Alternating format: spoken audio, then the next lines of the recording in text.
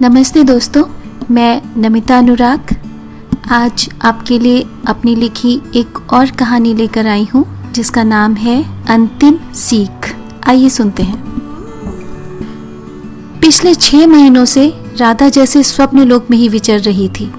विवाह को 6 माह हो चुके थे, पर राधा और रतन अभी भी प्रेम पगे परिवेश में स्वच्छंद युगल प्रेमी सा ही जीवन जी रहे थे। छोटे से कस्बे बिजौली का कुशाग्र बुद्धि का रतन इंजीनियर बन गया था। नौकरी लगते ही लड़की वालों ने जुटना शुरू कर दिया था। घर वालों ने खूब देखभाल करी रतन के लिए राधा को पसंद किया था। राधा ने बीए किया हुआ था, घर परिवार भी अच्छा था और रतन को भी सुबह स्वरूपा राधा का भोलापन भा गया था। शहर जाकर रहेगी तो वहाँ के तौर तरीके तुम्हें सिखा ही दूंगा इसको, रतन ने मन ही मन सोच विचार कर लिया था। अम्मा जी, बाबूजी और बाकी सारा परिवार यानी बड़े भैया, भाभी, उनके 2 नन्हे मुन्ने चिंटू और मिंकी बिजौली वाले अपने पुश्तैनी घर में ही रहते थे और रतन की पोस्टिंग इस बड़े से महानगर में हुई थी। खासे दिमाग वाला लड़का था रतन, अच्छी समझ बूझ रखता था। ये भी समझता था कि भोली भाली राधा कभी किसी बड़े शहर में नहीं रही है, अतः शहर की लड़कियों वाली चतुरता और स्मार्टनेस में ही थोड़ी कम थी, बाकी तो समझदार थी। अपनी सुंदरी नवोड़ा सहचरी को रतन वैसे ही संभाले रहता जैसे कोई कृपण साहूकार अपने धन को संभाले रहता है। राधा को कहीं बाहर जाना हो, रतन हाजिर है। बाजार का काम हो, रतन हाजिर। पिक्चर देखने का मन हो, रतन हाजिर। उसे दरवाज़ा अंदर से अच्छी तरह बंद करने की, अकेले कहीं बाहर न जाने की और बिना देखे दरवाज़ा न खोलने की ढेर सी हिदायतें देकर ही रोज ऑफिस के लिए निकलता था रतन। निष्कपट और निश्चल राधा को भी माँ ने यही सीख दी थी कि कभी ससुराल से या रतन से राधा की कोई शिकायत नहीं मिलनी चाहिए। पति का हर तरह से ध्यान रखना, उसकी हर इच्छा पूरी करना, यही उसका नैतिक कर्तव्य है। और इसी सीख की छांव तले रतन की हर नसीहत का अक्षरशः पालन करना राधा का जैसे परम कर्तव्य बन गया था। रतन के अलावा इस महानगर में राधा की अगर किसी से जान पहचान थी तो वह रिया से थी। रिया रतन के सामने वाले फ्लैट में रहती थी। एक दिन जब राधा घर में बोर होकर अपनी बालकनी में खड़ी थी तो सामने वाले फ्लैट की बालकनी में उसे एक सुंदर सी औरत दिखाई दी थी। दोनों फ्लैट्स के बीच बस एक अंदर वाली पतली सी सड़क का ही फासला था और दोनों की बालकनियां आमने सामने खुलती थी। वो औरत राधा को देखकर मुस्कुराई तो प्रत्युत्तर में राधा भी मुस्कुरा दी थी। बस इसी के बाद से ही दोनों की जान पहचान हो गई थी, जो शीघ्र ही घनिष्ठ दोस्ती की परिधि में आ गई थी। रिया की रात की शिफ्ट होती थी, वह अलग सुबह घर आकर सो जाती थी। उस बीच राधा अपने घर के काम धाम निपटा लेती थी। फिर दोपहर बाद जब रिया उठ जाती थी तब राधा अक्सर उसके पास चली जाती थी और फिर दोनों गप्पे मारा करते थे। बातों ही बातों में रिया राधा को बहुत कुछ सिखाती भी रहती थी। बड़े शहरों के तौर तरीके, अपने को कैसे कैरी करना चाहिए, कुछ भी करते समय ऐसे ही कुछ भी नहीं बोल देना चाहिए, ऐसे ही कुछ भी नहीं कर देना चाहिए, दिमाग लगाकर आगा पीछा सोच समझ कर ही फैसला करना चाहिए, आदि आदि। उसकी दी हुई सीखें राधा के काम भी आती थी। राधा की हर बात की राजदार थी उसकी रिया दी। रतन को ऑफिस के लिए टिफिन देने के साथ ही राधा अपने लिए भी 2 फुलके सेंक लेती। उसके बाद नहा धोकर अपनी पूजा पाठ निपटाकर सारा दिन वह खाली रहती। रतन वापस आता देर शाम को। अब राधा सारे दिन करे भी तो क्या। हालांकि इस बार तो एक काम है उसके पास, उसका मनपसंद काम। अम्मा जी ने उसे मुंह दिखाई में जो अपना खानदानी नवरत्न का जड़ाऊ गले का हार दिया है, उसे वह इस बार अम्मा जी से मान मनुहार करके यहाँ ले आई है। बस उसे ही पहन पहन कर दर्पण में अपनी छवि निहारा करती है। खूबसूरती में बेजोड़ था वह नवरत्न का जड़ाऊ हार। स्वर्ण के कलात्मक फूल पत्तियों के बेल बूटे उकेर कर उनमें नन्ही नन्ही घुमावदार कलिकाओं के बीच बीच में माणिक, मूंगा, पन्ने और सभी नवरत्न सुगढ़ता से जड़े गए थे। हर फूल के नीचे एक रक्तिम मूंगा में सफेद छोटे मोतियों की 3 छोटी छोटी लड़ें थी और सबसे नीचे एक हरा अंडाकार पन्ना अपने किनारे पर एक तिन्ने से स्वर्ण के मोती को चिपकाए झूल रहा था, जिस पर आंखें स्वतः ही ठहर जाती थीं। स्वर्ण और नवरत्नों के मनोहारी समन्वय से वास्तव में अद्भुत कलाकारी की थी शिल्पकार ने। एक दिन राधा ने रतन को भी वह हार पहनकर दिखाया था। नवोढ़ा पत्नी की श्वेत हंसनी सी ग्रीवा पर सजा हुआ जड़ाऊ हार देखकर रतन की भी आंखें चौंधी आ गई थीं। राधा की उस अनुपम छवि पर मुग्ध हो उठा था रतन। किसी भी शहरी रूपसी मॉडल को जोरदार टक्कर देने की क्षमता उसकी सहचरी रखती थी। हुलस कर बोल उठा था, राधा तुम देखना, कुछ समय बाद मैं तुम्हारे लिए इससे मैचिंग कान के झाले भी बनवा दूंगा। बस इसके बाद से तो राधा का दिल बल्लियां उछलने लगा था। अब उस दिन की प्रतीक्षा थी जब उसके पास इस हार से मैचिंग कान के झाले भी होंगे। रतन इस बार काफी सतर्क था। गांव में माँ, बाबूजी, भैया सभी ने यही ताकीद की थी कि इतने महंगे जेवरों का घर में रखना ठीक नहीं है। महानगर का मामला है, चोरी चकारी का बड़ा डर है। खासकर हार तो अम्मा जी अभी भेजना ही नहीं चाह रही थी। उनका कहना था कि कुछ समय बाद जब रतन और राधा वहां लॉकर ले लें तभी हार यहाँ से ले जाएं। पर राधा का इतना अधिक मन था कि अम्मा जी ने उसे कई नसीहतें देकर हार ले जाने दिया था। बिजौली से वापस आकर बिना देरी किए रतन ने बैंक में लॉकर के लिए एप्लीकेशन दे दी थी। लॉकर मिलने की प्रक्रिया पूर्ण होते होते थोड़ा समय लगा था। इस बीच राधा प्रसन्न थी। हार और बाकी जेवर तब तक उसके पास ही रहेंगे। अपने प्राणों से भी प्रिय वस्तु की तरह सहेज कर रखती थी वह अपने सारे जेवरों को।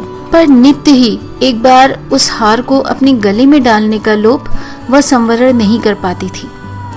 अब राधा सुबह नहाने धोने, पूजा पाठ आदि करने के पश्चात वह हार पहन लेती, दर्पण में खुद को निहारा करती और जैसा रतन ने समझाया था, जब कभी घंटी वगैरह बजती या कोई आता तो हार को अंदर सहेज कर ही दरवाजा खोलती। न ही इस विषय में किसी से बात करती थी। बस इतना भर हुआ था कि एक दो बार वह जरूरत पड़ने पर उस हार को पहने पहने बालकनी में जरूर चली गई थी। सामने वाली बालकनी में रिया दी खड़ी थी। उन्होंने हार को देखकर हाथ से बहुत सुंदर है का इशारा किया। राधा मुस्कुरा उठी। रिया दी उसका हार देखने घर आई। राधा ने उन्हें हार दिखाया। हार देख रिया की आंखों में चमक आ गई। अरे वाह, ऐसी डिजाइन तो अब बनती ही नहीं है राधा, तू बहुत किस्मत वाली है। रिया ने हार की उसकी कलात्मकता की भूरी भूरी प्रशंसा की। बातें करते करते राधा ने उन्हें बताया कि रतन ने किसी को भी इस हार के विषय में बताने को मना किया है।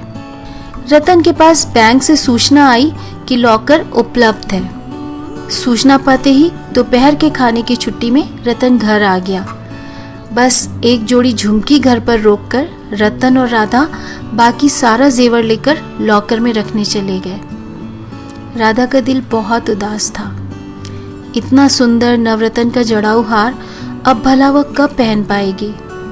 जेवर क्या लॉकर में रखने के लिए होते हैं? अगर किसी को उसके जेवर पहनने को ही ना मिले तो भला उनके होने का फायदा ही क्या? सारे चोर उचक्कों को मन ही मन उसने न जाने कितनी गालियां दे डाली। ऐसा लग रहा था जैसे रतन हार नहीं, राधा का दिल ही लॉकर में रखने जा रहा था। जैसे जैसे बैंक नजदीक आता जा रहा था, राधा का मन बुझता जा रहा था। रतन का स्कूटर बैंक पहुंचकर रुका तो राधा ने एक अंतिम प्रयास किया। सुनिए ना, अगर नवरत्न वाला हार लॉकर में ना रखें तो एक हार के घर में रहने से क्या ही हो जाएगा? मैं संभाल कर रखूंगी, सच्ची। रतन को अपनी गौ सी सहचरी पर अधिक भरोसा नहीं था। समझाते हुए बोला, समझती नहीं हो तुम, हमारी पूरी फ्लोर खाली रहेगी होली में, सब जा रहे हैं। सेफ नहीं है इसे इस समय घर में रखना। मैं बैंक से निकाल ले आऊंगा जब हम बिजौली से वापस आ जाएंगे। और राधा मन महसूस कर रह गई थी। रतन बात तो सही कह रहा था। जितने दुख के साथ कोई माँ मजबूरी में अपने दूधमोही शिशु को अपने से अलग कर किसी दूसरे के पास छोड़ती होगी, उतने ही दुख के साथ राधा ने अपनी जान से प्यारे हार को लॉकर में रखवा दिया था। इस पूरे समय राधा के कानों में बराबर उसकी रिया दी की बातें ही गूंजती रही थीं कि औरतों को भी अधिकार है कि वह अपने मन से काम करें। यह पुरुषों को गलत फहमी है कि औरत अपने लिए सही निर्णय नहीं ले पाएगी। तुम्हें भी धीरे धीरे सीखना चाहिए राधा कि अपने लिए स्वयं सही और गलत का निर्णय लो। जेवर लॉकर में रखे जा चुके थे। उसी समय असावधानीवश एक छोटी अंगूठी नीचे गिर पड़ी थी। रतन उसे उठाने नीचे झुका। वो झुककर अंगूठी ढूंढने लगा और विनाश काले विपरीत बुद्धि। रतन से कभी कुछ भी न छुपाने वाली राधा ने बिजली की गति से हार को पुनः लॉकर से बाहर खींच लिया था। रतन के सिर ऊपर उठाकर खड़े होने के पूर्व ही वह करामाती हार राधा के पर्स की किसी जेब की गहरी गुफा में विलुप्त हो चुका था। रतन ने अंगूठी वापस अंदर रख बैंक की चाबी से लॉकर बंद किया। खींचकर देखा, नहीं खुल रहा था।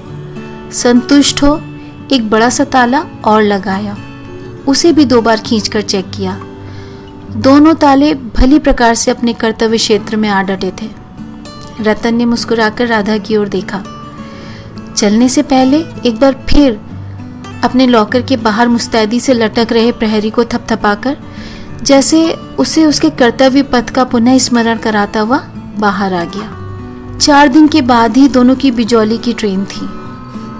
इस बीच दोनों सबके लिए उपहार आदि खरीदने में, अपनी पैकिंग करने में व्यस्त रहे। आज रतन राधा को बोलकर ऑफिस गया है कि वो ऑफिस से जल्दी आ जाएगा। राधा रास्ते के लिए खाना पैक करके, जूठे बर्तन मांजकर, रसोई साफ करके तैयार रहे। आते ही वे लोग स्टेशन के लिए निकल जाएंगे और खाना भी ट्रेन में ही खा लेंगे। आज सारे दिन राधा के पास बहुत अधिक काम है। सांस तक लेने की फुर्सत नहीं है उसे। फ्रिज में रखा खाने का सामान किसी न किसी को देकर निपटाना है। फ्रिज इतने दिन बंद रहेगा तो उसकी भी ढंग से सफाई करनी होगी। सारे गंदे कपड़े धोकर सुखा लेने होंगे। छत पर रखे अचार के मर्तबान नीचे ले आने होंगे, कहीं कोई उसके पीछे गंदे हाथों निकाल कर जूठा ना कर दे। बिजौली के लिए राधा अपने हाथों से गुजिया भी बनाकर ले जाएगी। थोड़ी सी मठरियाँ भी निकाल लेगी। वहाँ अम्मा बाबूजी कितना खुश होते हैं कि राधा उनके लिए सब कुछ अपने हाथ से बनाकर लाई है। जीजी जीजाजी सब वहीं इकट्ठा हो रहे हैं होली पर। बच्चे तो राधा के आगे पीछे ही डोलते फिरते हैं। कितना मजा आएगा। इतना प्यार करने वाली ससुराल पाकर राधा गदगद थी। ससुराल मायके दोनों ही जगह सबसे मिलना हो जाएगा। जलतरंग सा बज रहा था राधा के मन में। कपड़े उठाने के लिए कमरे में गई तो आदतन दर्पण पर नजर चली गई। अचानक ध्यान आ गया अपने जड़ाऊ हार का। आंखों में नशा और अधरों पर मुस्कान छाने ही वाले थे कि एक दूसरे बेहद कष्टप्रद विचार ने अनपेक्षित रूप से सिर उठा लिया। पूरे 7 दिनों के लिए उसका घर बंद रहेगा और वह जड़ाऊ हार घर में ही रखा है। उन दिनों इस फ्लोर पर चारों घरों में ताला होगा। हे भगवान, इस तरह से तो उसने सोचा ही नहीं था। कांप उठी थी राधा। समझ रही थी कि उस समय उसकी मति मारी गई थी जो उसने ऐसा मूर्खतापूर्ण कदम उठा लिया था। रतन को भी नहीं बता सकती। वैसे भी अब इस समय अगर किसी तरह से रतन तक सूचना पहुंचा भी दे तो भी जब तक वह घर आकर हार लेकर बैंक पहुंचेंगे तब तक तो लॉकर ऑपरेट करने का समय खत्म हो चुका होगा। बहुत तिकड़म लगाने के बाद भी आखिरी विकल्प यही बचा कि रतन को सब कुछ सच सच बता दे और आज का टिकट कैंसिल करवाकर कल का ले ले। हाँ, यही करेगी वह। रतन से सच्चे दिल से माफ़ी मांग लेगी। रतन का दिल बहुत बड़ा है, वह माफ़ भी कर देंगे राधा को। इस अंतिम निर्णय के पश्चात थोड़ी तसल्ली सी मिली थी राधा को। रतन को फोन मिलाने जा ही रही थी कि तभी दिमाग ने उसे चेताया। रतन तो बता रहे थे कि बैंक भी अब 4 दिनों के लिए बंद रहेंगे। वह फिर अवश हो उठी थी। हे भगवान, क्या करूं अब? किससे मदद मांगूं? दोनों हाथों से सिर पकड़ लिया राधा ने। निढाल हो वहीं बैठ गई थी। चोरी चकारी के नाम से ही घबराहट होने लगी थी उसे। अजब दुविधा आन पड़ी थी। जितना सोचती उतना ही उलझती जाती। जाने किस अदृश्य शक्ति ने सुझाया कि हार अपने पर्स में छुपाकर बिजौली ही लिए चलते हैं। किसी को क्या पता चलेगा।